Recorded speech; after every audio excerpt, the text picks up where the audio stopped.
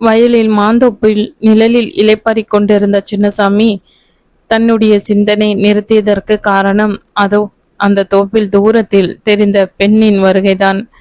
நாள் தவறாமல் தனக்காக மதிய உணவை சமைத்தது முதல் பரிமாறும் வரை எல்லாம் அவள்தான்.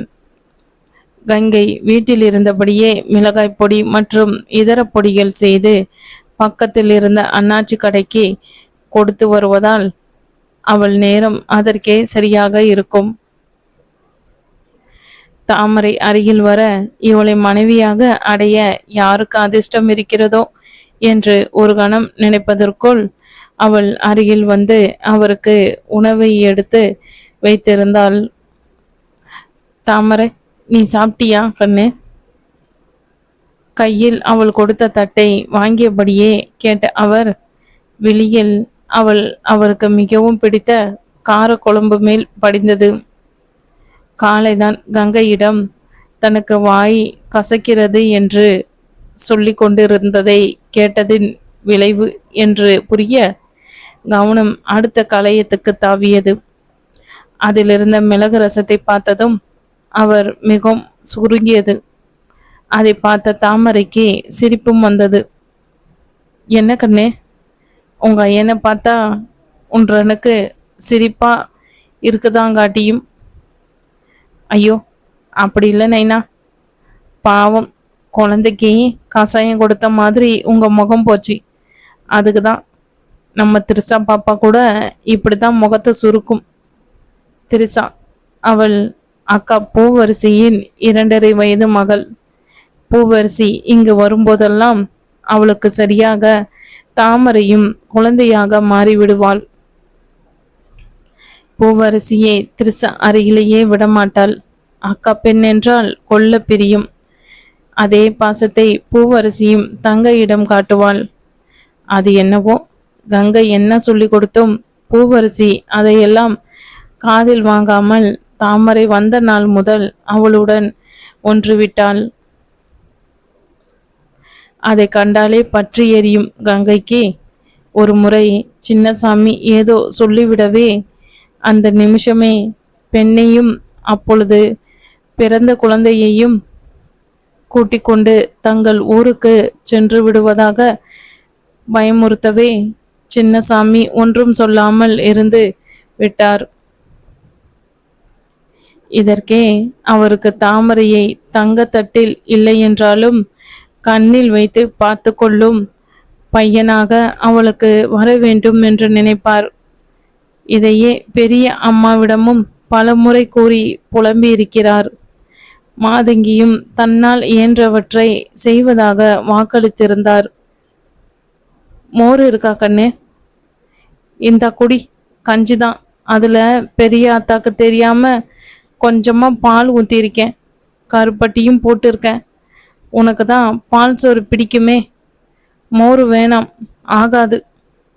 மகளின் கவனிப்பில் வயிறும் மனமும் குளிர அவள் போவதையே பார்த்துவிட்டு அங்கிருந்த கயிற்று கட்டிலில் தலை சாய்த்தவரின் மனம் மீண்டும் சிறுவாணியை சந்தித்த அந்த நாளில் வந்து நின்றது. தாயுடன் சேர்ந்த சிசுவிற்கும் அபாயம் என்ற நிலையில் ஹாஸ்பிட்டலில் உயிருக்கு போராடிய அந்த கணங்கள் வெளியே சின்னசாமியின் உயிரும் சிறுவாணிக்காக சிறுக சிறுக கரைந்து கொண்டு இருந்தது. இவன் நல்ல நேரமா அல்லது சிறுவாணி பூர்வ ஜென்மத்தின் செய்த புண்ணியமா தெரியவில்லை. மாதங்கியிடம் நடந்தது அனைத்தையும் கனத்த மனதுடன் கலங்கிய விழிகளுடன் சொல்லி முடிக்க அவள் கண்ணிலும் ஜலப்பிரவாகம். உடனடியாக இவனுடன் கிளம்பி வந்தவள் சிறுவாணியை தன்னுடைய மேற்பார்வையில் வைத்து பராமரித்தார். செக்க செவேல் என்று தங்கள் ஊர் வீரபத்ர ஐயனாரின் திருவிழாவிற்கும் பஞ்சுமிட்டாய் பொதியாய் கையில் எடுத்து வந்த சிசுவை யாரோட மோல் ஈக்குட்டி என்று அந்த மலையாள நர்ஸ் கேட்க, இவரையும் அறியாமல் அவ என்ற பொண்ணுங்கோ என்று குரல் தழுத்தழுக்க கூறிவிட்டு கையை நீட்டி அந்த சிசுவை கையில் மட்டுமல்லாது நெஞ்சிலும் தன்னுடைய வாழ்நாள் முழுமைக்கும் சுகமாக சுமக்க தயாரானார். மொட்டு விரிந்த தன்னுடைய குழந்தையை கண்ணால் கூட பார்க்க மறுத்த சிறுவாணியையும் அவர்தான் சமாதானப்படுத்தினார்.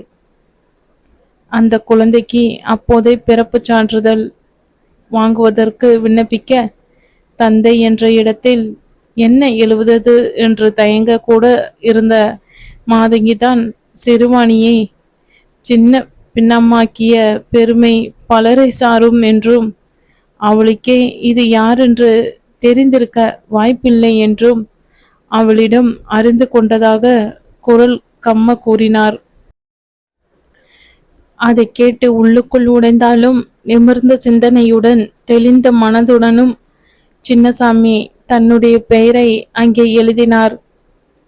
அதை பார்த்த மாதங்கி பதறி அவரை தனியாக அழைத்து இது சரிவராது என்று எடுத்துக்காட்ட இவர் தன்னுடைய முடிவிலிருந்து மாறுவதாக இல்லை. மேலும் இந்த விவகாரம் அவளையும் தன்னையும் தாண்டி வேறு எங்கும் செல்லக்கூடாது என்பதற்காக அவரிடம் சத்தியம் வாங்கவும் தயங்கவில்லை. அவருக்கு என்னவோ அந்த சிசுவை தன்னுடைய கையில் வைத்ததுமே அவர் முதலில் சிறுவாணிக்கு கொடுத்த தாமரைதான் நினைவுக்கு வந்தது. அப்போதே முடிவு செய்தார், இந்த பெண் மலருக்கு அவள் தாய் சேற்றில் விழுந்ததால் உதித்து பிறந்திருந்தாலும் இவள் செந்தாமரைதான் என்று. அப்படியே அவளுக்கு செந்தாமரை என்ற பிறப்பு சான்றிதழும் பதிவு செய்துவிட மாதங்கியின் கணிப்பில் இவர் உயர்ந்து நின்றார். அவளுக்கும் 3 மகன்கள் இருந்தார்கள் தானே. இந்த மாதிரியான ஒரு நிலையை அவளால் எண்ணி பார்க்க கூட முடியவில்லை. இந்த சிறு வயதில் இந்த சிறு பெண் அனுபவிக்க கூடாத வேதனை எல்லாம் அனுபவித்திருக்கிறாள். அடுத்த ஒரு வாரத்தில் சிறுவாணியுடன் பேசியதில் அன்று அவளுடைய சித்தப்பா இவள் பேரில் இருந்த தன் அண்ணனுடைய சொத்தை தந்திரமாக எழுதி வாங்கி கொண்டு இவளை தன் 56 வயது மைத்துனனுக்கு 2ஆம் தாரமாக திருமணம் செய்து வைத்ததை தெரிந்து கொண்டார். அந்த ஆளின் குடும்பியும் சொத்தும் அவன் மனைவி பெயரில் இருந்ததால் இது தெரிந்து அவள் காளி அவதாரம் எடுக்கவும் பயத்தில் தனக்கு பரிச்சயமான கபாலியிடம் இவளை காசுக்கு விற்றிருந்தான் அந்த பாவி மைந்துனன். தன் வாழ்க்கையில் நடந்ததை உடைந்த குரலில் சிறுவாணி கூறினாலும் அவள் கண்களிலும் முகத்திலும் ஒரு வெறுமையே படர்ந்திருந்தது. முதலில் சின்னசாமியுடன் போக மறுத்தாள் சிறுவாணி.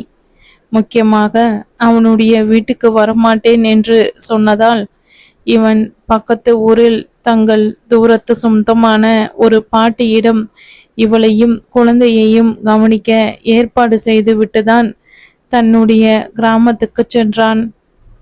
இதற்குள் எப்படியோ விஷயம் கொஞ்சமாக கசிந்துவிட இவன் மேற்பார்வையில் ஒரு பெண்ணும் குழந்தையும் இருக்கிறது என்ற விவரம் மட்டுமே கங்கைக்கு தெரிய வர அவள் வாய் சாக்கடையாகி போனது.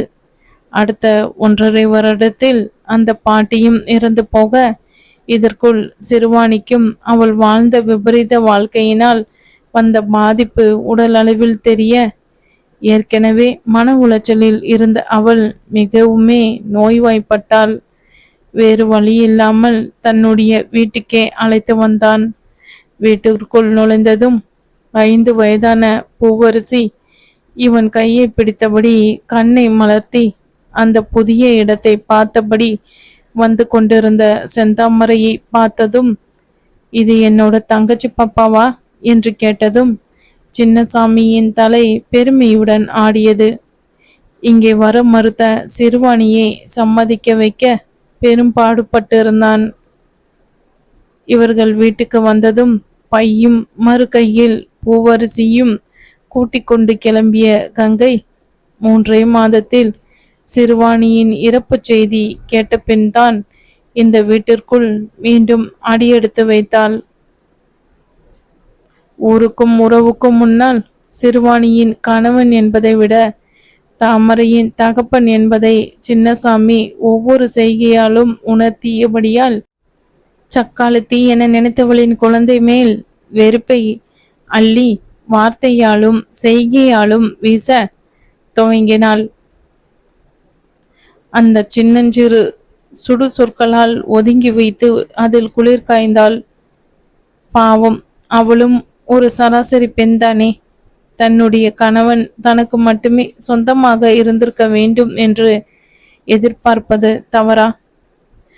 தன்னுடைய இடத்திற்கு, முக்கியமாக தனக்கு திருமணம் ஆவதற்கு முன்னாலேயே சிறுவாணி கணவனுக்கு பரிச்சயமானவள் என்று தெரிய வர அதற்கு வடிகாலாக தாமரை அமைந்ததுதான் கொடுமையாகி போனது.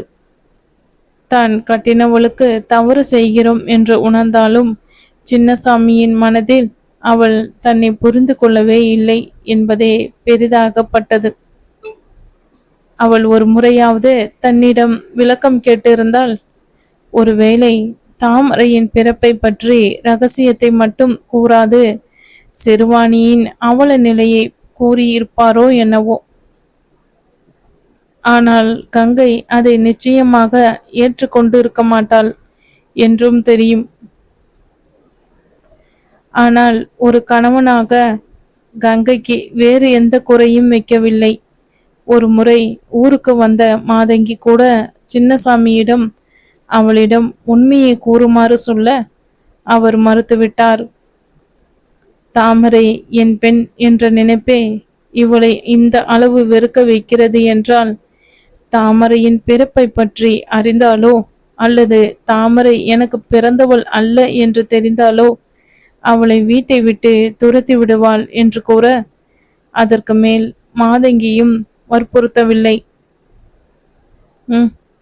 சிந்தனையை கலைத்தது அலைபேசியின் அழைப்பு. எடுத்து பேசியவரின் முகத்தில் சந்தோஷமும் கவலையும் ஒருங்கே தோன்றியது. அங்கிருந்த ஒரு வேலையால் தோப்பை பார்த்து கொள்ள சொல்லிவிட்டு விரைவாக வீட்டிற்கு வந்தார். அந்த வேளையில் அவரை எதிர்பார்த்திராத கங்கை, என்ன கவுண்டரு, இந்த நேரத்துல வீட்டில் இருக்கீங்க என்று கேட்டவளிடம் விஷயத்தை சொல்ல, அவள், என்ன சொல்றீங்க? நம்ம பூவரசி முழுகாம இருக்கா? ஃபோன் வந்துச்சா? கர்ப்பந்தான்னு டாக்டர் கிட்ட போய் தெரிஞ்சுக்கிட்டாங்களா? எப்போ வராரா? நாம் ஒரு 8 போய் கூட்டிட்டு வந்துடலாமா? அதற்கு பின் நேரம் அவர்களுக்கு வாயு வேகத்தில் பறந்தது. பூவரசியின் தேகம் இந்த 2வது கர்ப்பத்தை எதிர்க்க அவளது கர்ப்ப காலம் அவளுக்கு மட்டுமின்றி வீட்டில் உள்ளோர் அனைவருக்குமே சிரமமாகி போனது. இதனிடையில் பூவரசியும் மிகவும் சோர்ந்து போனாள். அவளால் ஒரு அடி கூட எடுத்து வைக்க முடியவில்லை. திர்ஷா பாப்பாவை கவனிக்கும் முழு பொறுப்பும் தாமரை மேல் விழுந்தது. மருத்துவ செலவோ கூடிக்கொண்டே போக சின்னசாமி தள்ளாடினார். கூடவே அடிக்கடி வந்து சவுடால் பேசி இங்கே தங்கும் மருமகன் வேறு அவர் உயிரை வாங்கி கொண்டு இருந்தான்.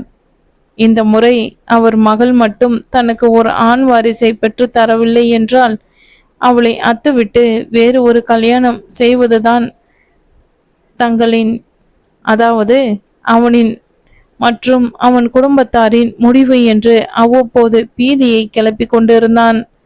இது போதாதென்று அவர்கள் ஊரில் உள்ள ஒரு கோவிலில் உற்சவத்திற்கு சென்னையிலிருந்து ரவிச்சந்திரன் விட்டவர்கள் வருவதாக இருந்ததால் அதற்கான ஏற்பாடுகள் வேறு செய்ய வேண்டி இருந்தது.